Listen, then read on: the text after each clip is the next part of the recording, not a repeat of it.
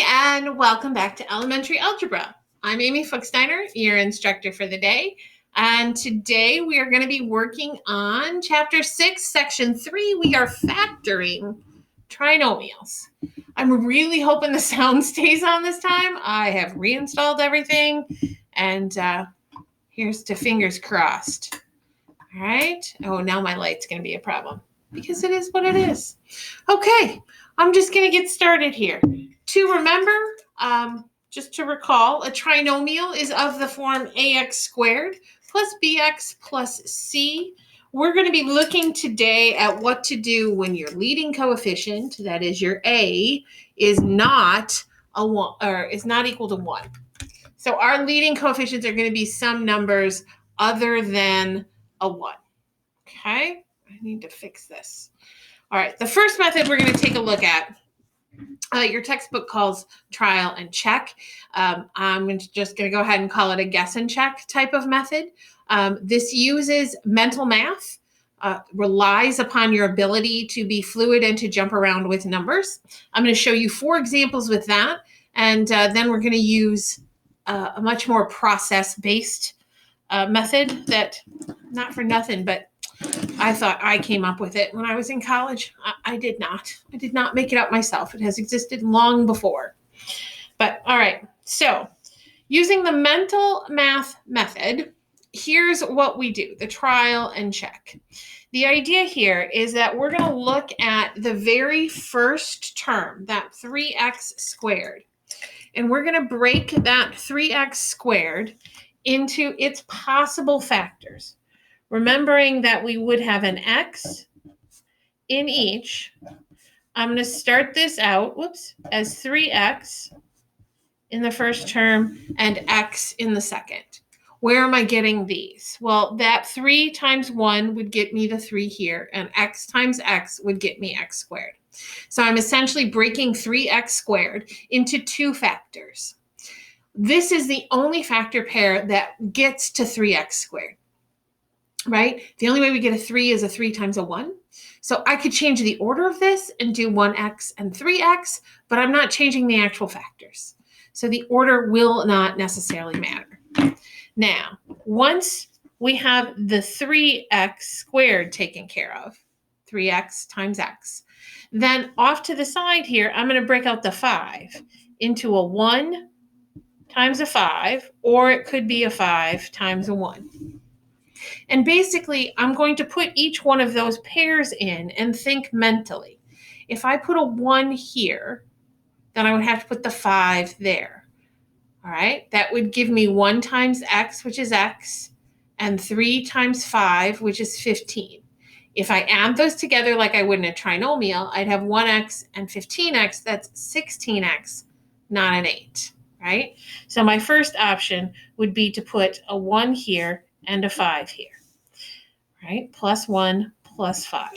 That would give me a 3x, a 15x for the last ones, and a 1x there. That's going to be a 16x when I need an 8x. So this will not work. The other option is that I could put a 5 in this spot and a 1 in this spot. The outside then would have been a 3x times 1, which is 3x, and my inside would have been a 5 times x, which is 5x. That does give me the 8x that serves as the middle term. That tells me that factoring this would be 3x plus 5, x plus 1. If I want to check it, 3x first, 3x times x is 3x squared. Outside would be 3x times 1. Inside would be 5 times x. And last would be 1 times 5. 3x and 5x does add up to 8x, so this will check. And I have found the factors. Right? It is fairly simple, and lots of students like it because it is very guess and check, very much relies upon your ability to manipulate numbers mentally. If that is not a particular skill that you have, this method is difficult for you. But let's work on a couple more and let's see if we can get it better, all right? So here we have 12q squared minus 13q minus 4. So I'm going to look at the options first for 12q squared. They would be a 1q with a 12q, or we could have a 3q with a 4q, or we could have a 2q with a 6q. Those are the ways that we can get a 12q squared. So I have to consider all of those possible combinations. Then I'm going to look at a negative 4. A negative 4, I could have a negative 1 with a positive 4. I could have a negative 4 with a positive 1. I could have a negative 2 with a positive 2. Or for the 4, I could have a positive 2 with a negative 2. So in any order, right?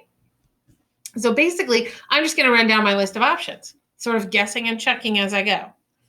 All right. So let's see. How could I do this? I could put a negative 1 in here and a 4 in there. And if I did that, I'd have 4q on the outside and a negative 12q. 4q and negative 12 is a negative 8. So it's not going to be that pairing. What if I had a positive 4 and a negative 1? Other way around. Well, then I'd have a negative q there and a 48q is not going to do it. So it's not q and 12q with negative 1 and 4, or with, let's try negative 4 and a positive 1 would give me a negative 48 and a positive. So it's not going to be that one. What about a negative 4 here and a positive 1 there? That's going to get me 12, and that's going to give me a positive 8, and I need a negative 13. So that's not going to work. Okay, what about the negative 2 and 2? Negative 2 and 2. So if I do a negative 2 and 2, the outside will be 2q. The inside would be a negative 24. That's a negative 22. That's not going to work. If I swap the signs on there, that's going to be a negative 2q and a positive 24q. That's not going to work. So I have now tried this particular setting with all possible options of a negative 4. So I know it's not going to be a q and a 12q. What about the 3q and the 4? Well, 3q and 4q is 12q. So then I'm going to run through my options. Maybe this is a negative 1 and this is a 4. And if I do that, then 3 times 4q is 12q minus 4q is 8q. That's not going to work. What if I did a 4 here and the negative 1 there? If I do the 4 there, that's going to get me 3q times a negative 1. That's going to be a negative 3q. And the 4 times 4q is 16q. A negative 3q and 16q is 13q. But it's positive. I need it to be negative. So what if I did a negative here and a positive there?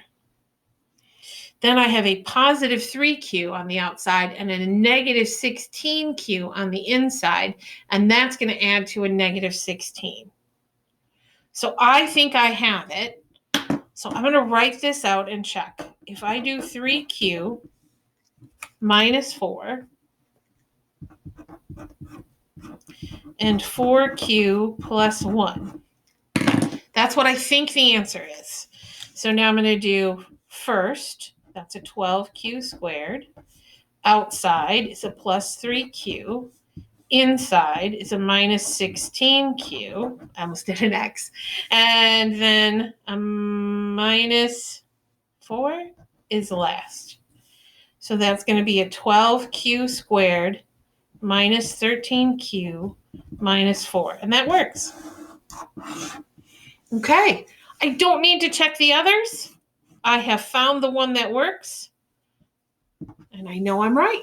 I know it multiplies back. Okay. Let's try the 7m squared minus 5m minus 3. The only way to get a 7m squared and have it break apart decently is a 7m times another m. 3 is either going to be a 1, well, it's a negative, right? So it's either going to be a negative 1 with a positive 3, or it's going to be a positive 3 with a negative 1. So if I put the 3 on the outside, if I put a 3 on the outside, that's going to be a 21.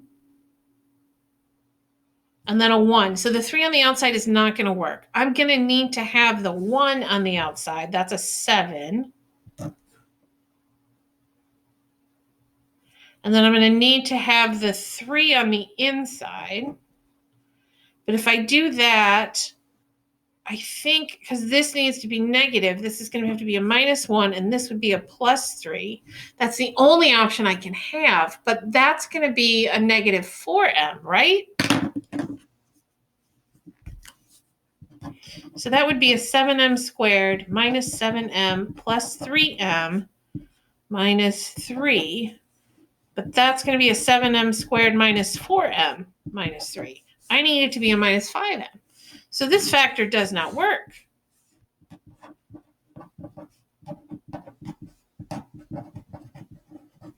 It does not factor this method. So we're going to call it prime. The only possible combinations are the 7 and 1 and the 3 and 1, and none of them will get me a -5 in the middle. That means this trinomial is not factorable using integers. So this is a prime. All right, it did say if a trinomial is prime, say so. I'm saying so. This guy's prime. All right, okay. Sometimes they happen. All right, now we've got a 6y squared plus 7xy. Oh, I think this is supposed to be a 6x squared. There we go. 6x squared plus 7xy minus 20y squared. Okay, so 6x squared could be a 6x with an x, or it could be a 2x with a 3x. How do I get a 20? My -20 could come from a -1 and a 20, a -2 and a 10, a -4 and a 5. Or we could have a -5 with a 4, we could have a -10 with a 2, or we could have a -20 with a 1. There are 8 different combinations that I've got to think through mentally here. I'm not looking forward to it, but we're looking for 7xy. And we know we should have y's on these guys in order to get our y squareds, right? Okay. I need to get a +7. I need to get a +7xy. Okay. I think I'm just going to try a negative. If I do this as a -1 and this is a +20, then I have 6 times 20. That's going to be 120 minus 1. No, that's not going to work. So -1 and 20 does not work. What about a -2 with 10? That's a -2xy and a 60xy. That's still too big. What about a -4 and a 5? So that's a -30 or a +30. There we go. And a -4, still too big. What about a -5? Ugh. What about a -5 and a 4? So that's a +24 and a -5. +24, -5. It's a 19. That's not going to work. I need it to be a 7. Okay, what if I do a -10? No, I did that one. -10 and a +2. I do a -10 and a +2. That's a -10xy and a +12. So that would be a +2. That's not going to work, but I am closer. I am closer to getting 7. Okay, remember our goal is to get 7xy. So that's what we're trying to do here. All right, our last one would be a -20 here and a +1 there. And if I do that, I get a -20xy plus 6xy, which is a -14, which is also, so I have gone through all iterations for this combination and nothing worked. So now I'm going to do some mental math here on this iteration. All right, So if I do a -1 here and a +20 there, that's going to be 40 minus 3. That's 37. Not going to work. -2 and 10 would get me a 20 minus 6. Also not going to work. That's 14 again. If I did a -4 here and a 5 here. All right, so that's 10 minus 12. Not working. Where am I? -5 and a 4. All right, so that's going to give me a -15 and an 8. A -15 and an 8. A -15 and a +8 is a -7. I need it to be a +7. Can I just change the signs? If I change this to a positive and this to a negative, positive and negative still gives me a -20, right? So I've maintained that. And then let's check. Let's write it out. This is one I want to write out to check. 2x plus 5y, 3x minus 4y. And if I multiply that back, I get a 6xy. Outside would be minus 8xy. Inside is a plus 15xy. And then the last is a -20y squared. So that's going to be a 6x squared plus 7xy minus 20y squared, which is indeed exactly what we started with. And I have factored. All right. Now, some of you who are very fluid with numbers can probably just jump to the right combination that works. And that's exactly what this method is about, being fluid enough with your mental math in order to jump without much trial and error to the correct answer. Okay? For many of us, that is superiorly frustrating. It is absolutely just a superbly frustrating exercise to try and do mental math that way. So I'm going to show you the second method, which is factoring by grouping. This is the method that I thought I came up with entirely on my own. And we've actually already done it a little bit. So it's going to be a nice transition from what we have already done. When you factor by grouping, the idea here is that you multiply A times C. So whatever your A value is in the trinomial and your C value is, you multiply those two together. Then you factor or find the factor pairs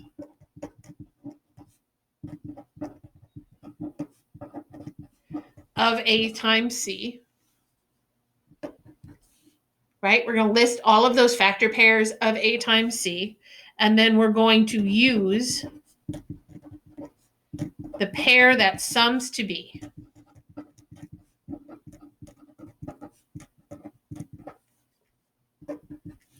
We're going to break that middle term into that pair.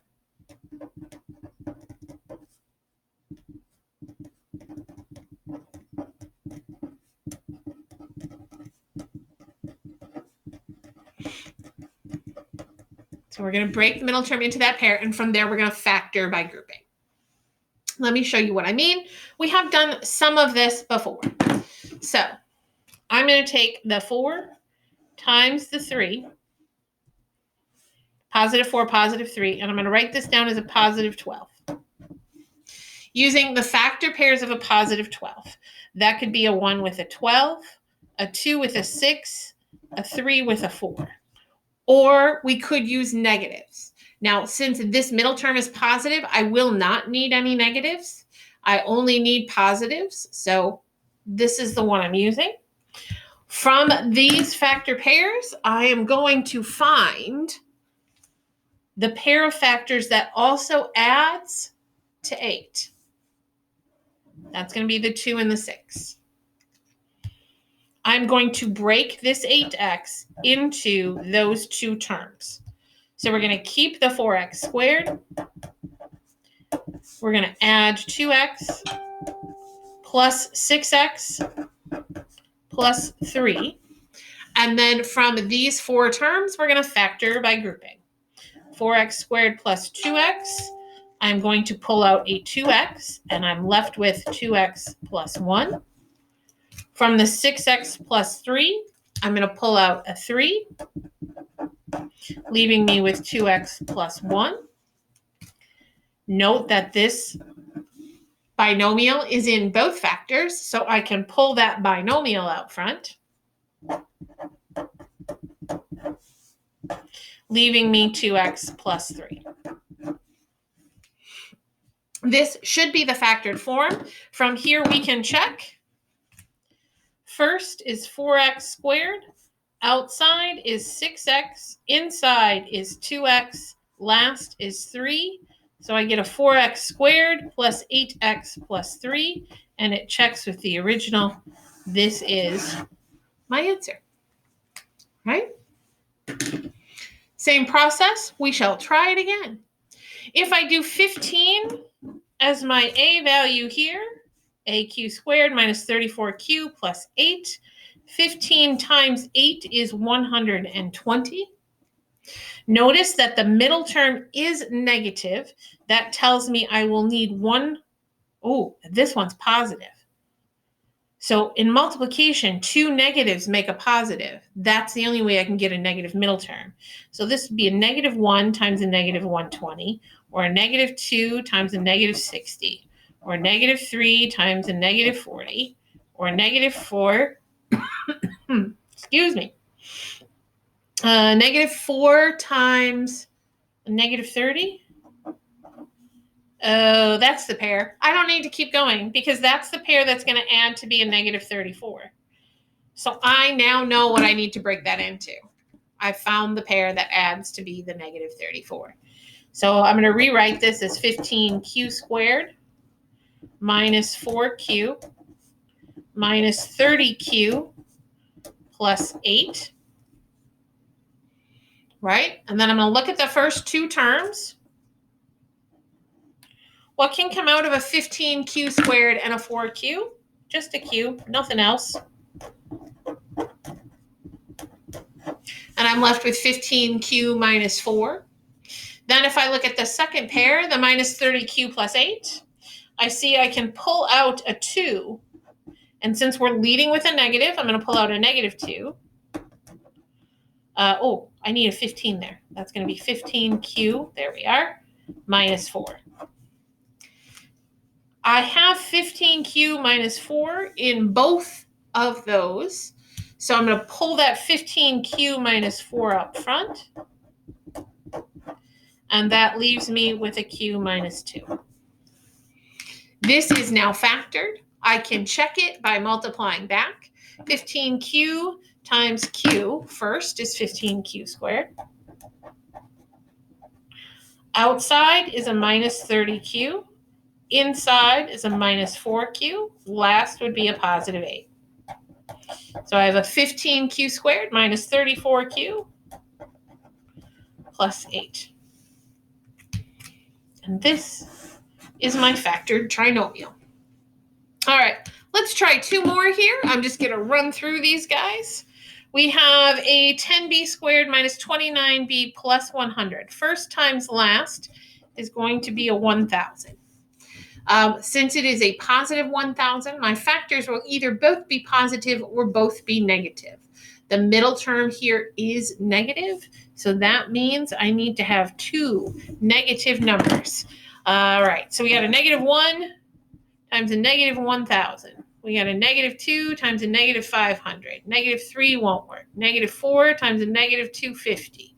Negative 5 times a negative 200. Negative 6 will not work. Negative 7 will not work. Negative 8 will not work. 8 and 1,000. This is where I get out a calculator. I think it does. I think it's 125. Whoops, clear. If I have 1,000 and I divide that by 8, yep. So negative 8 will work with a negative 125. Negative 10 will work with a negative 100. Negative 11, negative 12. Ugh, I need to get down here a little bit. Let's see. If I do 1,000 divide by a negative 12, nope. 1,000 divided by a negative 15. Nope. Negative 15. Nope. What if I do a negative 20? 20 should work. Okay, so then we got a negative 20 with a negative 50. Still not going to work.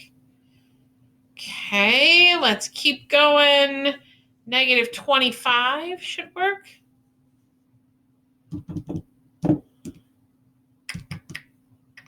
Negative 25 is negative 40. Nope, I need to get a negative 29. So I need to get closer here. I am getting smaller numbers though, because those two now add to a 65. These guys added to a 70. So I'm going to try a negative 40. But that's just going to get me back to, back to negative 25. What could I work here? 30? Nope. 40? Nope. Can you think of any numbers that when you multiply them together, you get a negative 29?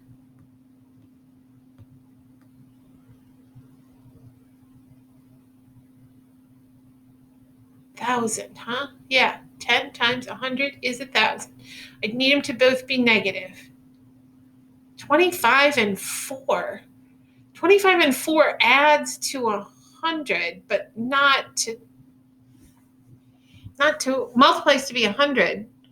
Negative 25 and negative 4 will multiply to give you 100, but it will not multiply to give you 1,000.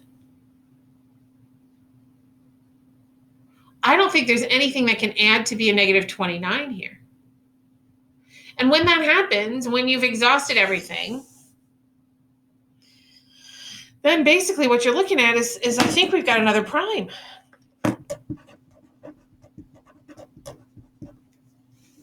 All right, I've done a fairly good job of exhausting all my possibilities. Negative 29, negative 28. So 1,000 divided by 30 is not going to work. But even that only gets to 60. What's the square root of 1,000? Whoops. Second square root 1,000 is 31. So even if it was a perfect square, it would need to be 31 times 31, which is 62. I don't think we're ever going to get down to a negative 29. There may be factor pairs in here that work, but none of them will add to be a negative 29. So we've got to call this one prime and move on. And if we're wrong, so be it. We have exhausted every resource. All right, let's try the next one. Ugh, I need to try this one. Okay, so this one, we're going to do the same process. A times C, which is a negative 80. Right? 8 times a negative 10 is a negative 80. So this guy does need a positive and a negative. And in fact, the positives are going to win out. So our positives are going to be our larger number. So we're going to have a negative 1 times an 80, or a negative 2 times a 40, or a negative 4 times a 20, or a negative 5 times a 16. Yep. Negative 7, nope. Negative 8 times a 10.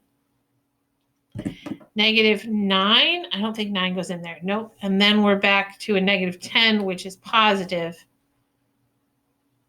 I think I have a typo, right? Because look at this guy again. I needed to multiply to be a negative 80, but I needed to add to be a positive 5. This adds to be a positive 79. This one adds to be a positive 38, a positive 16, a positive 11, and a positive 2. So if I go to the next one, it has to be a negative 10 times 8, which is just going to get me back up with these same pairs, only all of my answers will now be negative. I'm not getting a 5 at all. And this is it. So here we have another prime. I'm not sure what happened with number 7. I suspect maybe I typoed it. I suspect maybe number 7 I had a typo. And I bet that was supposed to be plus 10. Yeah, I think it's my mistake on number 7. It gave us another prime. I don't think that was my intention.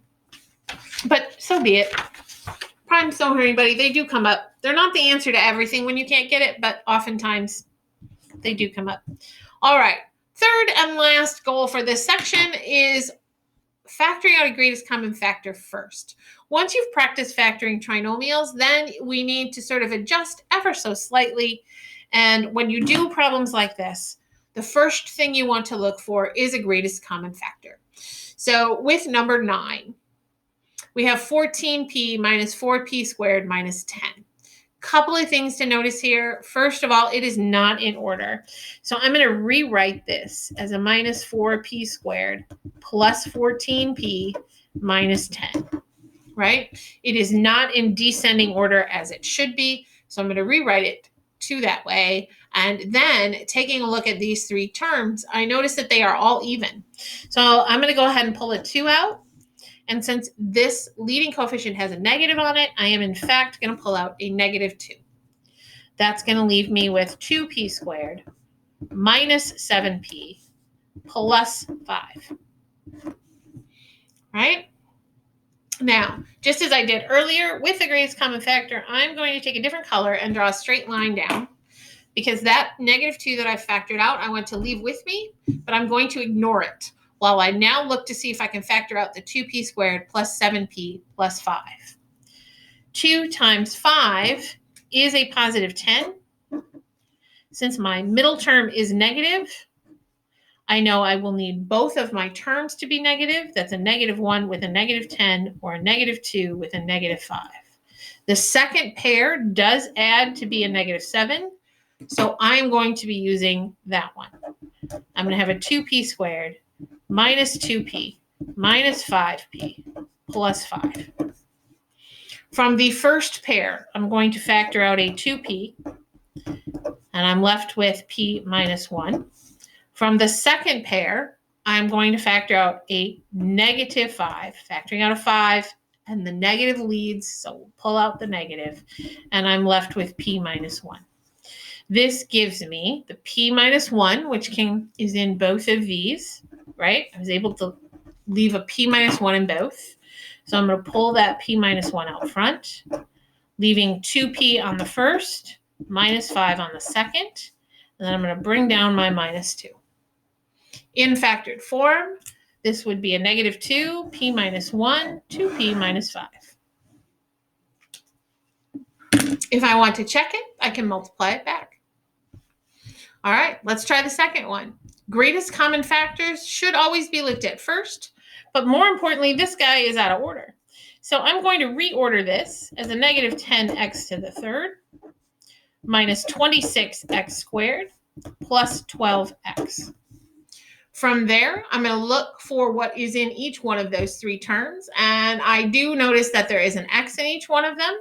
They are also all even, so I can pull out a 2. I can pull out an x, and it leads with a negative, so I'm going to pull out a negative 2x. That's going to leave me with a 5x squared plus 13x minus 6.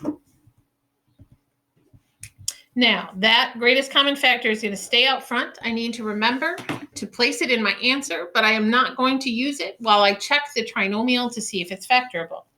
The first times the last there is going to be a negative 30. I need the factors of a negative 30 that add to a positive 13. So that means I'm going to need 1 negative and 1 positive. And since that 13 is positive, my larger number will be positive. Negative 1 times 30, negative 2 times 15. Oh, look, this pair. Negative 3 times 10, that adds to a positive 7. Negative 5 times 6, that adds to a positive 1. But I really knew it right here because this particular pair adds to be a positive 13. So I could have stopped, but I didn't because I wanted to demonstrate.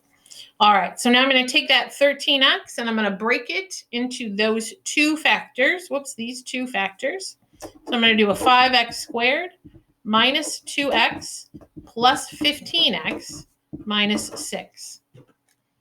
Notice the minus 2x and the plus 15x add to be the 3x, right? Looking at the first 2 terms, I see I can pull out an x, and I'm left with 5x minus 2. Looking at the second grouping, I see I can pull out a 3, and it will be positive because we're leading with a positive there. and that will be 5x minus 2. I have 5x minus 2 left in both of them, so I'm going to pull that 5x minus 2 up front. And in the first one, I'm left with an x, and then in the second one, I'm left with the plus 3. Now to pull down that negative 2x so that I have it in my final answer. To check this, I would multiply back. All right, let's look at problem number 11. Again, we're looking for a greatest common factor first. I have a 10k to the fourth minus 17k to the third plus 3k squared. I see that this one is in order, and there is actually a k squared in each of them. So I'm going to pull that k squared out front, and I have a 5k squared minus 17k plus 3. All right, now this one I'm going to try the guess and check method. So that k squared is going to stay up front. I'm going to use the same thing here.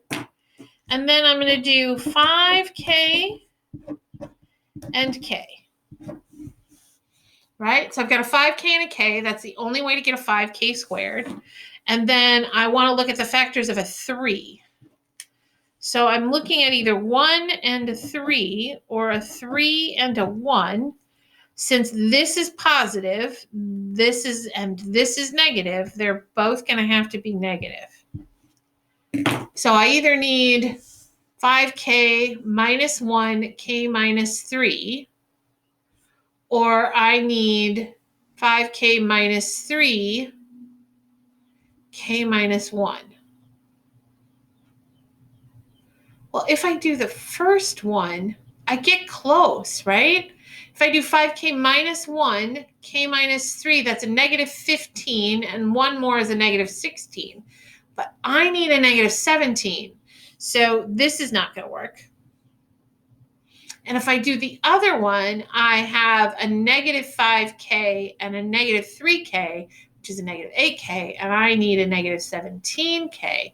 So that one's not going to work. This means that the trinomial is not factorable.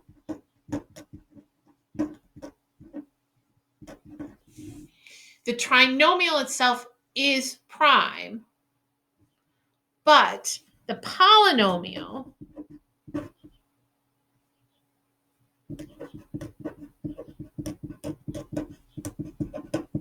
is factored as far as it can go.